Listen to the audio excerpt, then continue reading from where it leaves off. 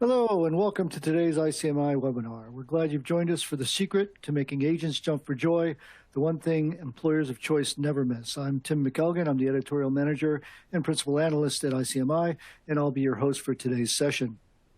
A couple of housekeeping notes just before we get started. If you have any technical difficulties, hit your F5 or Mac equivalent, and that'll refresh your browser window. That takes care of most of the problems. If you need additional assistance, there's a yellow help icon below the slides. Just click on that. We do encourage you all to ask questions at any time during the discussion. To do that, just type your question into the Q&A window at the side of the screen and hit the submit button, and we will get to as many of those as we can. Additional resources related to this webinar are available in the resource list widget located in your console. And then finally, today's presentation will be available on demand shortly after the completion of the live event, and you'll receive an email reminder once it becomes available. And with that, I'm honored, very honored to introduce our panelists today, Jenny Dempsey and Tamsin Dolan. Jenny is the Consumer Experience Manager for Appeal Sciences and its sister company, FruitStand.com. With over 16 years of building and leading customer service and experience teams, Jenny is also the co-founder of customer service blog, CustomerServiceLife.com. You're very busy, Jenny. She's been recognized over the years for her work, including as an ICMI Top 25 Thought Leader and the 2019-2020 Cloud Cherry CX Influencer Champion. Jenny loves being an aunt, doing hot yoga, singing, and hanging out in sunny San Diego, California. Welcome, Jenny. Thank you so much, Tim. Great to be here. Tamsin is a senior product manager for CXone. Tamsin has a passion for connecting the dots on what it takes to deliver a better customer experience in today's digital world. Prior to marketing, she spent 20 plus years in high tech as a docs writer and a contact center trainer, so she knows whereof she speaks. Thank you, Jenny, and thank you, Tamsin, for sharing insights with us here today.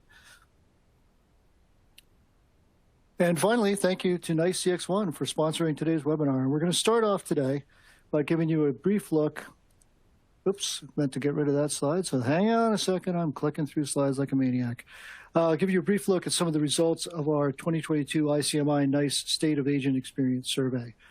You will all have access to the executive summary for this survey after the event is over. So we want to take a look at the post-pandemic agent experience, what's changed in the contact center and what needs to change. And the last time we asked the contact center community to help us understand the state of agent experience was mid-2019. Few of us have ever heard the term coronavirus. Fewer still were thinking about the ramifications of a global pandemic on personal and professional lives. In February and March 2022, we again asked the ICMI community to share their insights, their plans, and talk about the challenges and investments they're facing or expect to face as we navigate this new world. And we wanted to hear also specifically from agents on the front lines who are dealing with customers and using the tools that contact centers provide to provide excellent and delightful customer service. And we also wanted to hear from supervisors and managers and senior leadership teams who are making the decision about where to target available resources. And I just need to pause here for a second and say a sincere thank you to everyone who participated in this year's survey. Thank you on behalf of all of us here at ICMI. Thank you on behalf of NICE and on behalf of all of your colleagues and peers, because they are the ones who are going to be able to put this information and the insights you share with us to work, improving agent experience and customer experience. It's incredibly valuable. So let me encourage you, ask you, beg you, help us all keep delivering that value. We know you're crazy busy, you're working constantly to optimize the experience, but taking the time to answer one of our surveys provides real ROI, and that ROI is that everybody here today and every registered member of ICMI's community gets access to real-world data and actionable insight. We literally can't do it without you. So I apologize for that long digression, and now let's take a look at what the ICMI community of contact center professionals told us earlier this year. No surprise, contact center volume just keeps growing. In 2019, exactly half of our survey respondents told us that the volume of customer contacts had increased over the previous 12 months. That percentage rose to 57% in this year's survey. Where is the extra volume coming from? It's coming from new applications and systems, the scope of services that are offered, and even mergers and acquisitions made the top of the list. But 57% of our sample reported that the increasing volume is coming from serving more customers. And that increasing volume, along with the other challenges you're all facing in our personal and professional lives, is reflected in supervisor and agent stress levels. So stress is clearly up as well. We ask people, how often do you feel stressed at work? Always, most of the time, about half the time, once in a while, or never. I was impressed by the 23% of agents who told us they were never stressed at work. They have fantastic jobs. But the percentage of agents that report that they experience stress most of the time climbed significantly since our last survey. It rose from 27% of agents in 2019 to fully 32% this time around. So for supervisors, a similar rise, and now about 36% say they're under near constant stress. So let's take a look at where they told us the stress is coming from. Agents talked about flexibility in schedule, compensation, ability to work from home, benefits, technology or process. Supervisors thought it was the amount or volume of work they were up against, customer emotions and behaviors, which I thought was interesting because the supervisors typically aren't on that front line dealing with the customer emotions. And then at the senior leadership level, customer emotions also rose to the top. So I guess that's kind of a trickle up situation where all of that emotional emotional content is rising through the agents, through the supervisors, and all the way up to senior leadership. And the effects of a workforce trying to balance heavier workloads with personal obligations are reflected. Agents and their families all working at home or schooling from home at least part of the time for most of the last 2 years, and many of them still there. So 45% of agents said that flexibility in their schedule was the top stressor. And they also listed the ability, or more exactly, I guess, the inability to work from home and compensation tied at about 41%. Last time we did this in mid-2019, the top stressor that call center agents were experiencing at work came from their relationship with a direct supervisor. So maybe the good news, or certainly the good news for many organizations, is that a much smaller percentage of the agencies called out management related issues as the top stressors in their daily life. So that's good news. Managers are doing a better job of interacting with and supporting their agents. So where's the stress coming from? Again, what is the biggest challenge? Hard to use systems, customer emotions, inability to find the answer. This is a good target list for organizations trying to determine where are they going to put their investments. Right, so part of it is reducing friction just in terms of the technology that agents have to log on to and interact with every single day. Not a whole lot you can do about customer emotions and behaviors, except that you can help train and support agents as they are dealing in real time, in many cases, with those kinds of emotions and help them get through that and do a great job. Inability to find the answer, that is a knowledge management issue, and that's something that is always a good target for investment, but never more so than now. And as we'll look at later, especially in a contact center where the amount of turnover is very, very high.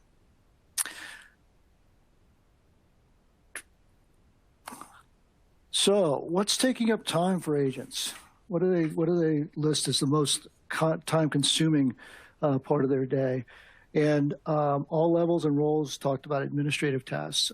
Agents are also listed, as I said, trying to find the answer, and then all the routine and mundane interaction with customers and other big time sinks. And that points to some really good targets for automation. So that's a lot to think about and to focus on. And we should note that while agents see a lack of training or onboarding as a top 5 challenge, they also point to training as the second most time-consuming task they face. So they want it, they need it, they're having trouble finding time for it. So as I mentioned, the amount of turnover in contact centers is extremely high. And here's what folks told us about why they want to leave.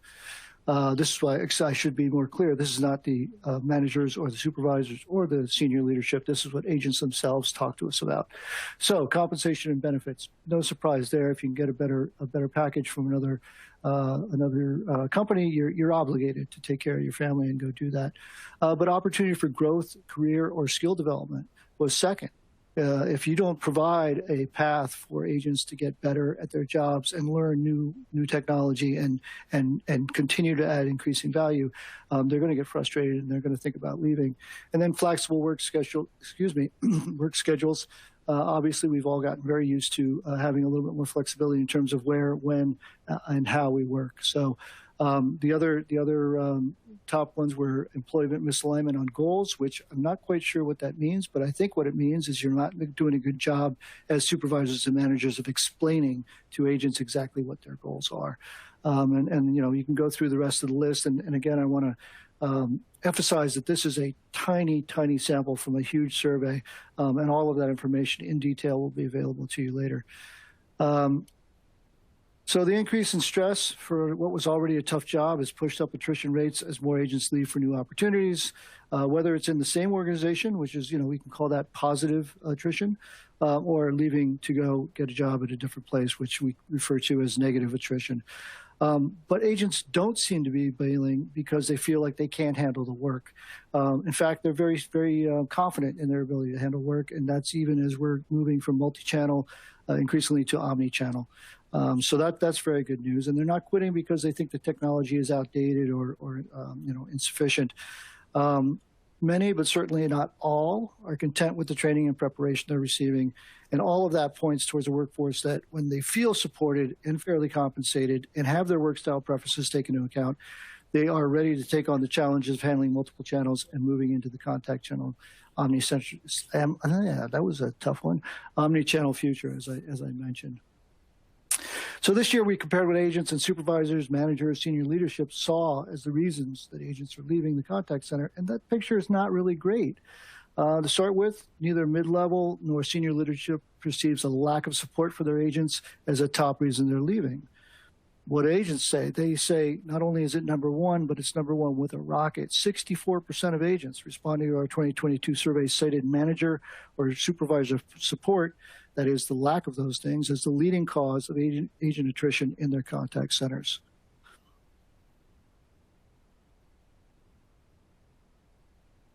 So where are they going? So first of all, we look at attrition as both positive and negative. Folks who are leaving the contact center but staying within the company, people who are just changing positions within the contact center. Those are both upward mobility indicators to me, and that means that there are opportunities for agents to move up in the contact center and also elsewhere, which I think speaks to an increasing need for customer service at every level and in every department within an organization. And it's really important to think about this. And, with the Great Resignation, a lot of things are changing now with the economic situation, but nonetheless, the Great Resignation continues from everything I've seen recently. And the cost of replacing a tenured employee at any level is extremely steep. And regardless of the reason or the destination, new company, new department, new division, about 1/3 of the agents who spoke to us believe their route, or excuse me, I'm misattributing here. About 1/3 of the agents who leave their roles each year, the Society for Human Resource Management, or SHRM, calculates it costs 6 to 9 months of a departing employee's salary to replace them. So if a position pays about $43,000 a year, which was the average reported for level 1 agents this year, that comes out to about $20,000 to $35,000 in recruiting and training costs every single time you have to replace an agent that leaves. Real money and a real impact on bottom line. Okay. So we asked, let's see, are people actually paying attention to, listening to, talking to the agents? And the focus is more than just talk. They're doing a better job of listening. Reflects the critical role of agents in customer satisfaction and the critical role of satisfaction in success. In 2019, about 59% of contact centers regularly surveyed the agents. 3 years later, 63% are checking in regularly as part of a formal agent experience program. So here are, a variety of the aspects of the agent experience that are being measured on a regular basis. And the frequency, which I don't have here, but we do have in our executive summary, the frequency of targeted surveys has changed considerably over the last 3 years. Most contact centers reported that they're doing quarterly surveys of their agents, with many eliminating daily, weekly, biweekly surveys that were more common in sort of the before times. And we think that might reflect the initial scramble to set up and maintain employees for work from home, and a recognition that all employees have had much more pressing issues to deal with over the last couple of years than completing frequent surveys. But so full 79% of contact centers told us in 2019 they were surveying their agents once a day. Only 25% continue to do that this year. And just 32% are checking in on a weekly basis. So that's changed a lot. I think it might also speak to the fact that capturing agent sentiment is now an integral part integrated into the systems that they use. So there's probably less of a need to run a formal survey on a regular basis. It's worth repeating. The research is clear. Agent experience is the center of customer experience, and that has a direct impact on the bottom line. We asked the contact center practitioners who responded to our survey, did revenue increase as agent experience improved? And the answer was clearly yes. So that's ROI. That's numbers you can take to the CFO. That's how you get your budget approved for next year. So let's take a look at hiring and training and compensation. So clearly, as you look at the way the contact centers told us that they're allocating their budgets, technology naturally is the top, and that's for new technology or to upgrade existing systems. But the second highest target for the budget was hiring agents. And that cost, the cost of initial hiring and then ongoing training, is significant. It's the second largest line item, as I said, in contact center budgets. But those budgets, those investments in training and in hiring and training agents are absolutely critical, keeping them confident, competent, and that's what allows them to be happy in their work every day. So a little bit of a caveat, right? The economy has changed drastically in the last few months. So at the beginning, in February and March of this year, the strong economy was clearly reflected in contact center hiring plans. It's too early to say what the impact of the changes that are happening now are going to be, but we know that a lot of these plans are changing. So take these numbers, I think, with a grain of salt.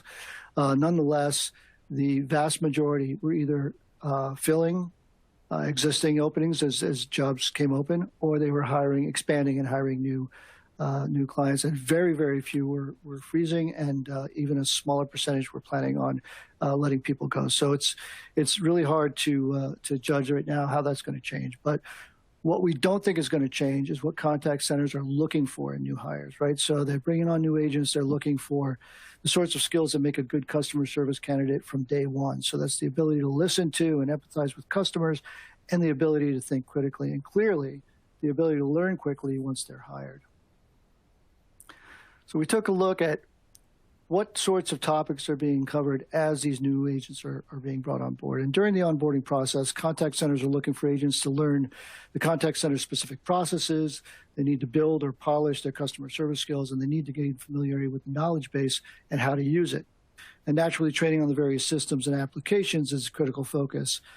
But agents should also expect to hone their problem-solving skills and learning more about the business, how to effectively leverage their team members, how to gain expertise in the technologies used not only within the contact center, but also the technologies that are being used by customers.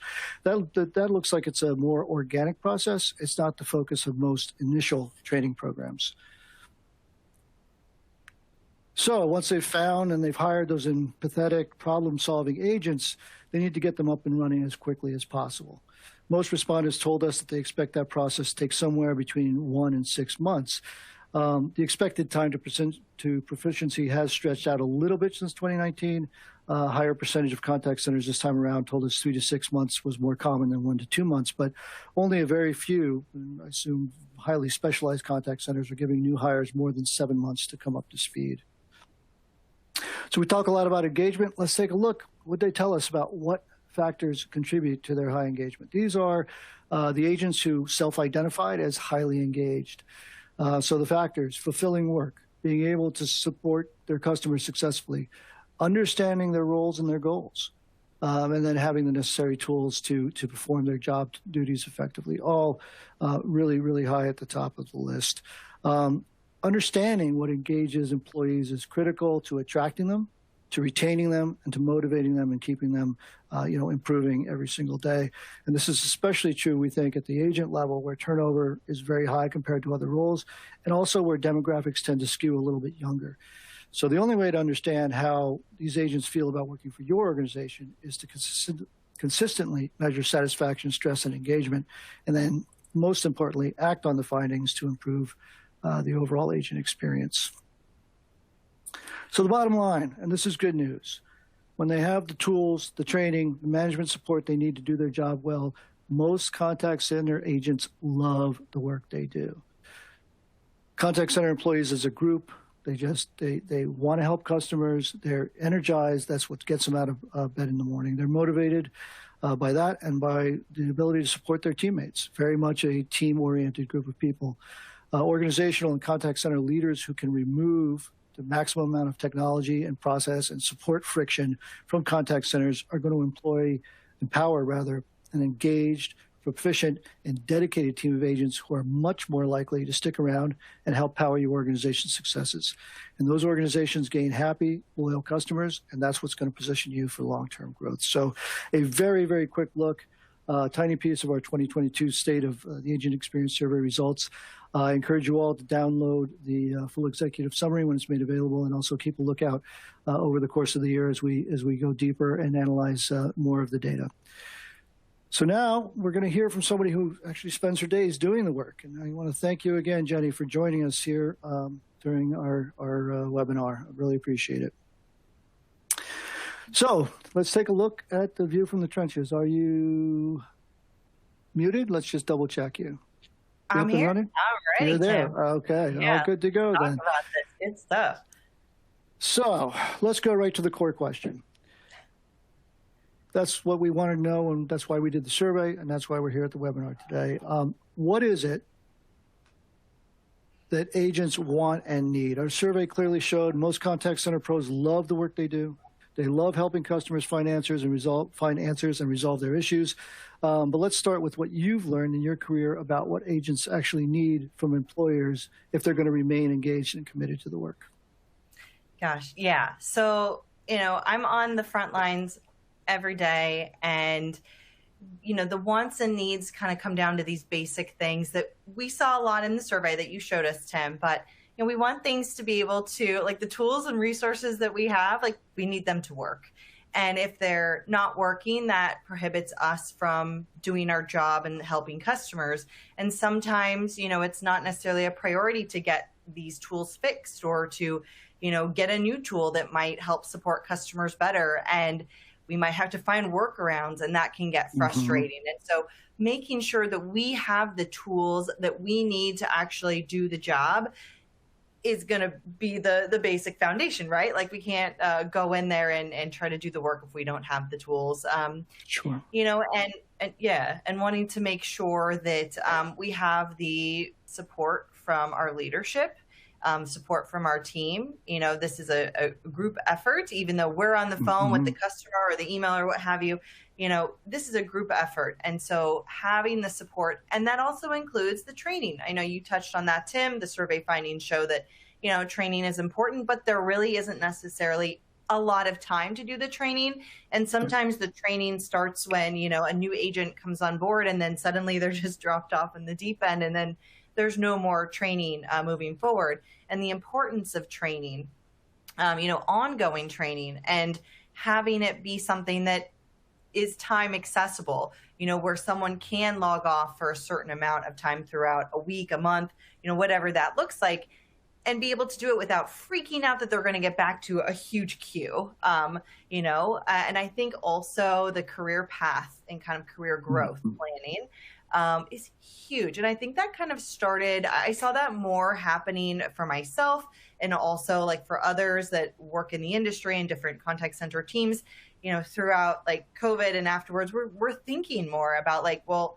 this role of helping customers is a big deal, and it's not just a job to pass the time. So how are we going to make it into a career, and how will our companies support us? And as you also saw, in the survey findings, that there are people moving into different roles with the same company. So that's exciting to hear, and that's exciting to know that that's an option for people in these, what used to be deemed as kind of these frontline in the trenches roles. People are moving on to different departments and expanding their careers, and the support starts with the team. So that's kind of in a nutshell, I think, the biggest things that kind of come to mind for me.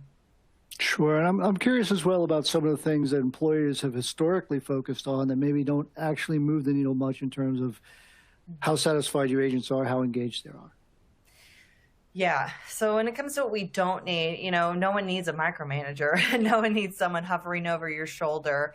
We want to know that we're trusted and that we're going to be doing the jobs, especially when a lot of us are now working remote.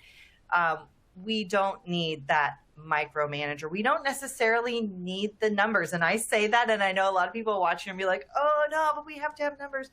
But let's look at it like we're in roles to help others, and we're learning, and we're supporting our customers and our team.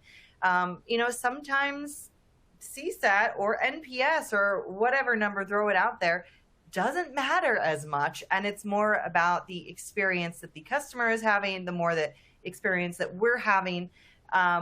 We don't need extra pressure to try to do a good job. I think that's also something that comes in where people are trying to hype everyone up, and it's like, we're all in this together. Us and the customers are experiencing a lot. It's, a lot of things going on at one time in the world and in our lives, and we don't need necessarily extra pressure. We're here to do a really good job and to help support others. And sometimes, I've seen management kind of come in, or I've heard stories of management, other companies think like, oh, let's throw them a pizza party. Let's do, something that will really, motivate them. And it's kind of like, the motivation that we need is to get that resource fixed. And that's going to help me do my job really well. And I already care enough about customers. I don't need you to tell me to care about customers. So I think it's looking at it from this angle of like, we're kind of all in this together. And we need the trust and the support really matter most on top of everything else. So. Yeah, and I think it's an important time for organizations to take a fresh look at the metrics they're using. Many of those metrics are always going to be in place for contact centers, but a lot of them maybe need to be adjusted, or maybe their importance, kind of moved up or down to accommodate the new world. And the new world is not only where and how our agents are working, but where and how customers are working as well. So there's a lot of stuff going on there, and metrics can't be ignored or just kind of left alone, the way it's always been. So you talked a little bit about training. Can you talk a little bit more about the challenges that you've seen for contact center agents as they're coming in and trying to learn the job and trying to become those excellent customer service representatives? Yeah, well, I mean, training is overwhelming for anyone who starts a new role with a company. There's so much to learn. And I think having the training being very structured. I've been part of companies where I've developed the training. I've been part of companies where I've written the training, and I've, obviously taken it. And so, having that structure. And so when you jump on board and you're training, what's coming next. I think that's really important, to treat the training just like you would any other type of online course or something, especially if it's remote. It's in person. Again, the structure is still going to be very important. And I think making sure that the team or that the individual knows that the training isn't just for now. I kind of hit on that in my in the last question, but the training is ongoing. There's always going to be training. This is not going to be it. You're just going to start here and then you're on your own. Like, there's ongoing training. And I think in addition to that is just kind of creating some placeholders of, here's what you're going to learn, but here are the resources that you're going to have available for you after the training. Or if you want to dive into them during the training, here are resources. So there might be, knowledge bases or a different individual they can talk to, or however that looks for the company. But having resources available to kind of, give that training some oomph, in addition to the structure, and just knowing that they're going to have the time to do the training. They're not going to be rushed through it. Maybe there will be challenges and quizzes along the way that they'll need to, to measure their knowledge, because that's always important for the person and for the company, so they know, what's going on. But just knowing that it's not going to be rushed and knowing that it's ongoing, I think, are also very important. Yeah, and one of the other sort of findings of our survey was that so much of the training after onboarding is basically shadowing, learning stuff on the job rather than anything that's structured. And I think it's really incumbent on contact center leadership to, from day one, have a plan that allows for ongoing training, adding value to those agents, because those agents will continue to add value to them if you invest in terms of training. Right. So great stuff. So let's take a look. Finally, this is a conversation. It deserves a full hour all by itself. So, but we're getting a little bit short on time. Can you take about the next 5 minutes or so and give me your in the trenches perspective on the most critical contributors, to attracting, hiring, and retaining great contact center agents? Yeah, wow. Well, contact center realities, this could be you're right, could be a whole show, it could be a reality show. But I really think that, being in the trenches and working with customers, just because people know that customers can be difficult, sometimes it can be hard to find people who want to work in a contact center because this stuff is not easy. And dealing with people's emotions, as we saw, in the survey findings, whether you're an agent or a supervisor or a, higher leader, it's tough to deal with customer emotions. So the reality is that going into this role, it's going to be challenging and difficult because you're going to have a lot of emotion being thrown at you. So knowing that, kind of trying to find the top talent, we're looking for the helpers. We're looking for the people who have that support mindset going into it. And there are many, many people that have that and know this. They may not have had experience in a contact center before. Maybe they're brand new, but they go into it knowing that they want to help people. And so when we kind of foster that during kind of, the ongoing interview process, we really are kind of looking for things that stand out around, is this person, wanting to help others? Where are their empathy levels? Where are the things that we can't necessarily train? And looking at those in addition to the actual skills. Sometimes people are like, oh, we're not going to hire them. They don't have any of these, X and Y technical skills. Like, well, some of that stuff can actually be trained on the job. It's the other type of skills that we may, that kind of come naturally to some people. And some people can foster them along the way with coaching and mentoring. So it's never just like a no way for everyone. But they really have to come in with this kind of support mindset. And then employers have to look at it from that angle too, but not to, cancel anyone out in the event that they think, oh, they don't know enough. And then also just being real about the role. I think also, Tim, in the survey findings earlier on, there was a section about, communicating or misunderstanding about the role or misunderstanding about the job and how that was really frustrating to agents. And that's so huge because sometimes, especially with contact centers and especially with startup companies or smaller businesses, you get into this role and suddenly you're wearing 10 hats and you're like, how did I get here? And so the reality is that when you're really good at helping people and you're really good at taking customer feedback and delivering it to, other departments, and you're sharing things from, the customers, or however it is, you're really good at it. Companies may see that and be like, oh, let's get you over here. Let's get you over here. Let's do this. And then there might not be any structure to your role. And the reality is suddenly you're helping people on chat and phone or email, and then you're also working with the marketing team, or you're also working with engineering, or you're also doing X, Y, and Z. And suddenly you're like, where am I? And then the ongoing training is kind of like, well, where do I even start? And so then that becomes frustrating. The career growth part becomes a little fuzzy. And so when it comes to kind of going back to the initial question, like hiring and retaining, just having the structure, having the clarity around what are you doing? Here is what you're doing. Here's how you're going to learn it. Here's how you'll learn it ongoing, and being very clear about that up front. So, there's always going to be surprises and high emotions, every day in customer service, but how can the companies kind of create an anchor to build a foundation for contact center agents so they at least have a place to return to when things, kind of go a little wild out there?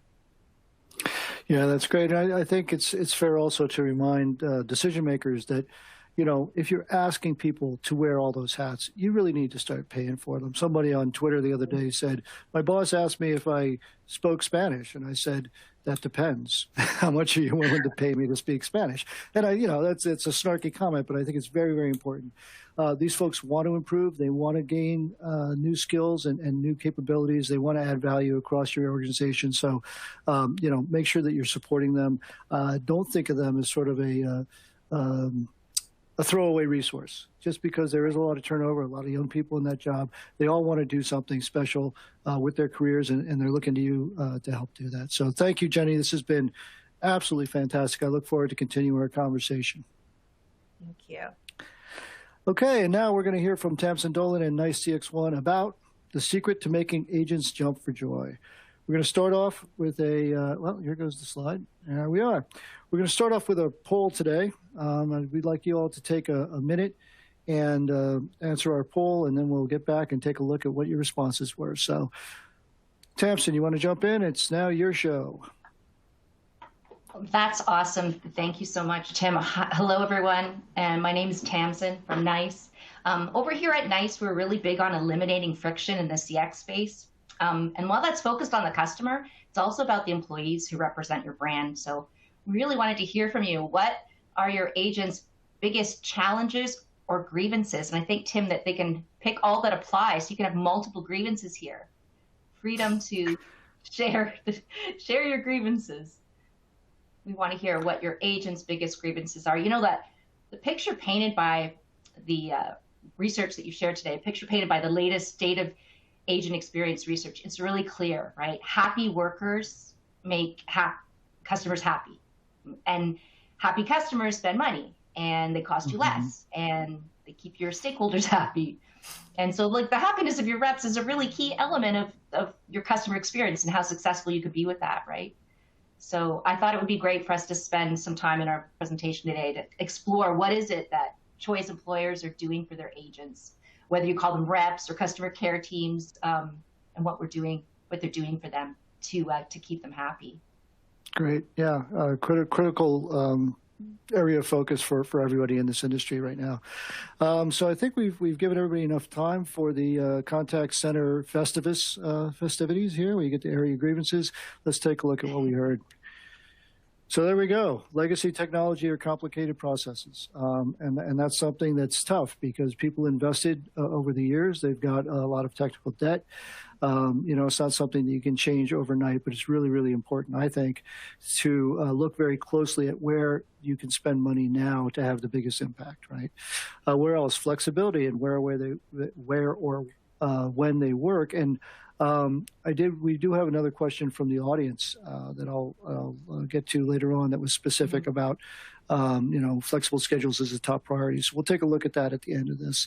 Type of work, lack of frequency, and pretty sure everybody knows what they have grievances or challenges in their daily job. So I love that. Thank you all very much. No one said, I don't know. Tell me where your grievances are. I know what those are. Definitely have an answer for you. Okay, yeah. Great. And here you go. Thank you very much, Tamsin. It's all yours. Excellent. Excellent. So let's get right into it. It's not really a big secret.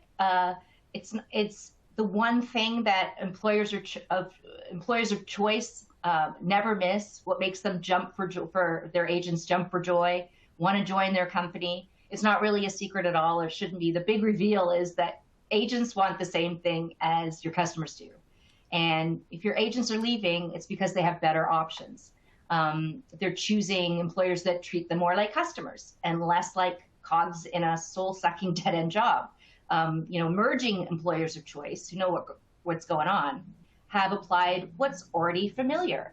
That, agents want the same thing as customers: efficiency, effortless experience, even some of the personalized experiences as well. So attracting and retaining agents requires that same dedication, we believe, that you apply to improving your customer experiences, to improving your agent experiences, and think of them as, the ambassadors of your brand, right?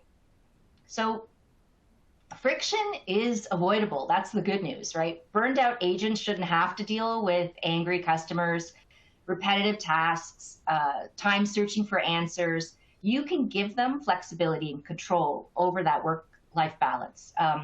Give them easy and immediate access to answers that they might not know off the top of their head, and help them with that next best action or next best piece of information that they need, and help them build quality relationships with the customer. You can help foster a culture of connection that begins at all onboarding as well with new employees, and keep them engaged by recognizing and committing their sense of purpose. It may seem pretty simple to make the connection. I think that agent satisfaction is vital for a good customer experience. That's an easy connection to make. But based on the latest research, we're seeing that, a lot of business leaders are still really stymied, challenged by to keep their agents motivated and engaged for the long haul.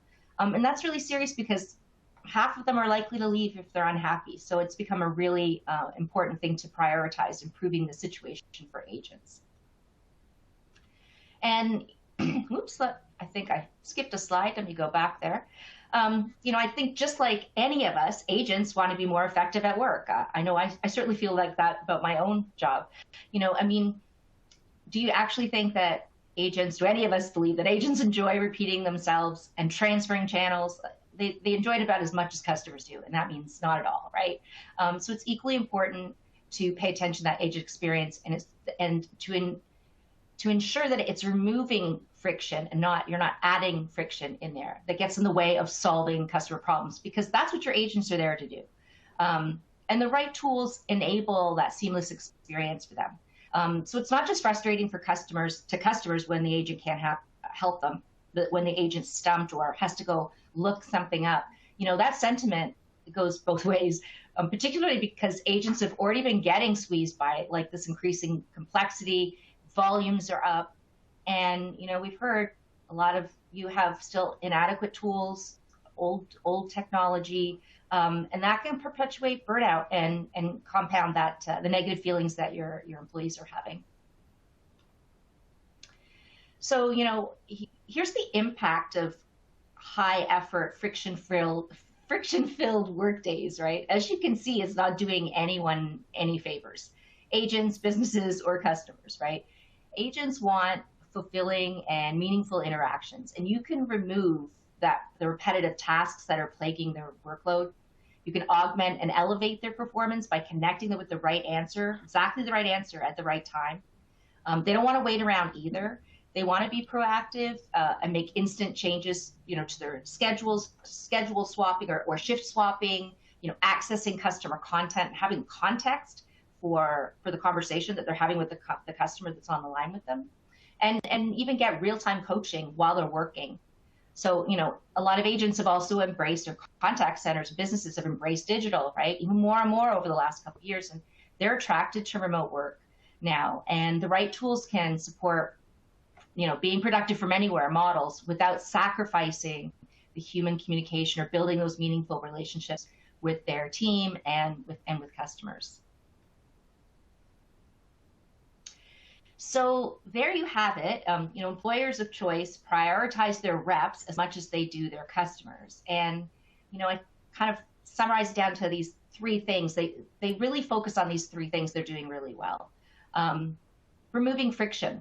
Think of, just like customers, your employees want tools to effectively solve problems because they're there representing your brand, right?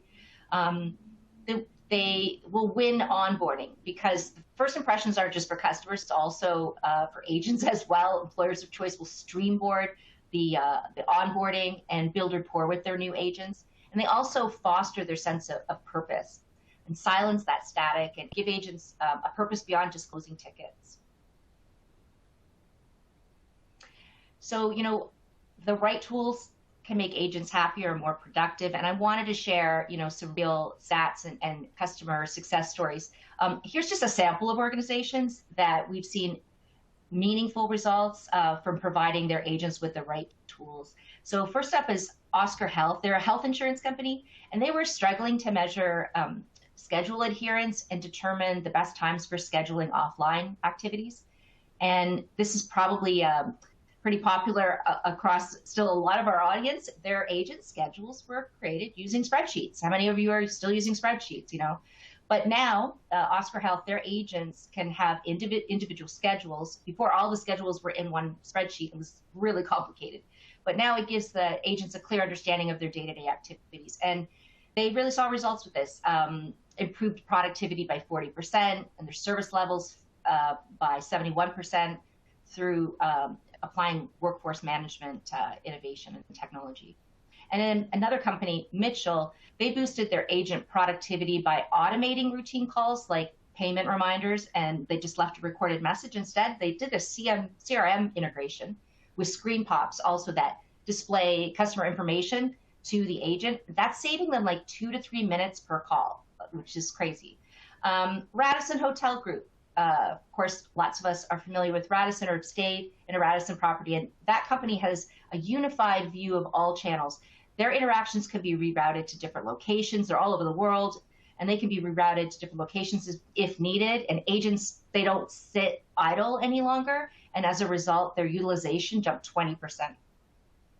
So just three success stories that kind of paint the picture a bit more. Before I go, I want to leave you with some downloadable resources. This is some really great stuff. There's an agent experience maturity model and toolkit here. Anything that's called a kit, I'm already all about. I just want to know what's in it. Also, tips on how you can reduce risk of churn and improve retention of your staff. So I really hope that you found this information helpful. And thanks for listening today. It's been great to be here. Great. Thank you so much, Tamsin. I really appreciate it. A lot of fantastic information for us all. And I'm sure the audience enjoyed that very much as well. So we're on to the Q&A section. We did have a question earlier about flexible schedules, and I think, Tamsin, that you addressed a lot of that. But Jenny, as you're looking at flexible scheduling, both in your current situation and previously as you've been managing people, what have you looked at? What sort of challenges did you encounter in terms of flexible schedules? And do different options around scheduling have impacts on staffing to support customers properly? So yeah, the flexible scheduling is so important, but it is definitely challenging because we are looking to, make sure that our customers have access to help that they need from our agents, and that our agents have the ability to take the time that they need. So sometimes I have found that too many options can be overwhelming, and like flexible sometimes needs to have, I don't know, I keep going back to structure. And so it's a matter of, I know, like for me, even in my role, like, I structure my day based on the busiest times for the customer. And so I make sure that I am there on those days and times, and then the flexibility kind of happens around that. And so, because I am the only one on the front line, so I don't have anyone to share it with, but in previous roles for, a team, you have the ability to kind of share that. And sometimes flexibility looks different on different days. And I really also love having the team create the structure for that flexibility. So bringing in the team, which can sometimes be a little wild depending on how big your team is, but giving them a say in what their schedule looks like, understanding what flexibility means to them, because we all define it differently, and giving options, creating that structure, and then paying attention to when the customers actually need the most support. And what does it look like for flexibility in the workplace, around the customer's time? So really kind of keeping all these things in mind when we're deciding on what this flexibility looks like can make such a big difference. We all kind of get what we want. We get that flexibility as agents to go, work on training or other things, or even to go hang out with our kids or go get some sun, or go for a walk, meet friends for lunch, like whatever that looks like. But the customers are also getting the help that they need, and work is still being done. Yeah, that's great. I thank you. Tamsin, what advice do you have for onboarding? We talked a lot about onboarding in my section, and we look at it, closely in the survey. But what sort of advice do you have for improving onboarding of new agents, especially in a work from home environment? Well, okay, it's really critical, right, that you support and reassure newly trained agents and reinforce those skills. That was true 5 years ago, but it's even more true now, especially with that work from home, remote teams. What do agents want from your onboarding? They want to build relationships and feel connected, and they need to feel that quickly, gel, to quickly ramp up to be, productive quickly and not take forever, for managers to play an active role in their onboarding. And I think also, to know what's expected. And I love that point you made, Jenny, about like flexibility can mean different things to different people. So understanding what's expected, I think, is really, really, really key. The other thing is you can use technology as well, to really improve the onboarding experience, like there's the opportunity to use data to optimize onboarding and solicit feedback, agent feedback on their own onboarding experience and to close the loop. Getting feedback like we do with customers and closing the loop with them. Same thing with internally with your agents. Being consistent. Different trainers and having different approaches. You need consistency for to really improve that onboarding. And you want to reinforce their skills, so you can use technology to do that as well, like embedded, like I was talking about, some real-time coaching and next best action. This is coaching that happens while the agents are handling interactions, but kind of like softly just kind of pop up and give them a hint on next best action. Here's the piece of information the customer's looking for, rather than having them have to dig for it. That all reinforces their skills as well. And so technology plays a role in it as well as people improving the onboarding, I think. That's great. And that feeds perfectly into our next question that came up. How can agents proactively give feedback during times that employers may not actively be asking for it? Jenny, can you weigh in on that one? Oh my gosh, this is so important, near and dear to my heart. So employers may not be asking for it, but there should still be a structure in place or some type of tool or resources where the agents can submit it and where it's going to actually be read and there's going to be actionable steps taken. The worst thing that you can do is not have anything there and no one's listening, or that there is something there and it's submitted and then you never hear about it. So having, and kind of going back to what Tamsin said, is like creating the consistency around feedback and making it easy to deliver that feedback, whether or not it is a need to be asked at that moment, and having the actionable results come out of that. Well, even if it's just a talk with that person to understand more, it's going to be important to have that there, and for them to be able to submit that and be heard. Right. Tamsin, I'll throw this one over to you. As you're working with your clients, who owns the agent experience, right? So we're talking about it. We're saying how important it is. Pretty sure that somebody, maybe with a C before their title, ought to be focused to some degree on agent experience. Who owns that? And how would you advise our audience to help build a business case for investment in agent experience? Well, just to answer the last question first, absolutely they have to download the State of Agent Experience research, right? I mean, not to pump that too much, but that is really important to know what you're talking about. So whether you're whatever level you're working at, you can use that data. I think Tim, you captured some really great data points in there to build the business case, right? And how do you do that? You need to relate. You've got to follow the money, right? Relate the customer experience, the most important part of why we're all there in the contact center. Relate that to the agent experience and how that's so closely, tightly coupled, right? To gain traction. So, like, who owns this? I think it's multiple people. It's not one. It's going to be a contact center leader, perhaps senior leadership for sure. It's multiple groups. Who ultimately owns, whether they're inside the contact center or not, who ultimately owns customer experience in your organization? So I don't think you need to just consider just even in the contact center, but think even larger than that.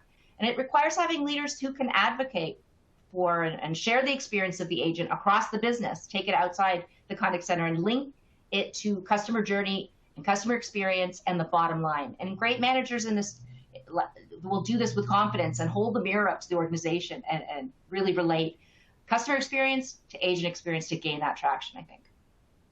Yeah, I think that one of the data points that jumped out at me was the vast percentage of our respondents who said, yes, we improved agent experience, and that directly improved profits for the company.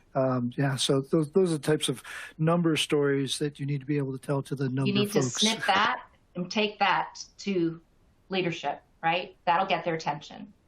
Absolutely. So we're getting close to the end of the hour. I'm going to ask Jenny to wrap up, because I want to bring this back to what we're really all talking about. We're talking about people, right? We're talking about the individuals who are out there doing this job, and we're talking about treating them in many ways the same way you want to treat your customers. So this question, Jenny, is what are some creative ways to surprise and delight your employees, your contact center employees? Ooh, this is a fun one. Well, I want to start this by saying that don't think you know what's going to surprise and delight them. Like if there is a way that maybe every quarter, every year, however the timing is, that you ask people, whether it's anonymously or you ask them directly what types of things, actually are exciting for them, that will give you a lot of feedback of how to kind of create the surprise and delight kind of employee, tool where you can surprise them with whether it's a gift card if that's what they love, or to an actual place that they love. The worst thing is I remember, like, I didn't drink caffeine for many, many years, and I remember getting a Starbucks card, and I'm like, well, I'm going to give this to a friend, so making sure that you understand your employees as people and their likes and their dislikes, and kind of having an organized way to keep it without it being, too many pieces. You obviously don't want to have like a whole database of too many things, but just knowing who they are, what they like, and making sure that the surprises and delight is actually going to be something that surprises and delights them. And, make sure it is something, again, that surprises them. It's not going to be, let's say something that they're going to expect. Maybe you can kind of make it fun, whether it's, a way that you're doing it because they've done something, or maybe just because they haven't, they're just being awesome and you wanted to say that you're thinking of them. So keep it real. And keep it real, personalized. And honestly, it doesn't have to be a lot of money. I think if we look at things like the power of a handwritten card, like the power of, a picture or a postcard or just something kind of handmade, even as silly as that sounds, can go a really long way, especially when we're working remote and we don't have that day-to-day interaction like we used to. So, yeah. Yeah, I think that in this environment, it's both much more important and much more challenging. But that's part of why contact center leadership is getting paid the big bucks to figure that stuff out. So thank you both so much for joining us today. It's been just a fantastic conversation. I've enjoyed it. That is all of the time we have. So thank you to everyone in the audience who joined us. As a reminder, you will all receive a follow-up email that's going to include a link to view a recording of today's presentation. So if you found this event interesting and useful, please make sure you share that with your colleagues. And also, once you all leave the event, a short survey is going to pop up in your browser window, and we would really appreciate it, as I stated at the top, really appreciate it if you share your feedback on this webinar. It helps us to tailor our programs to your interests. So to all of you, thank you, and have a fantastic day.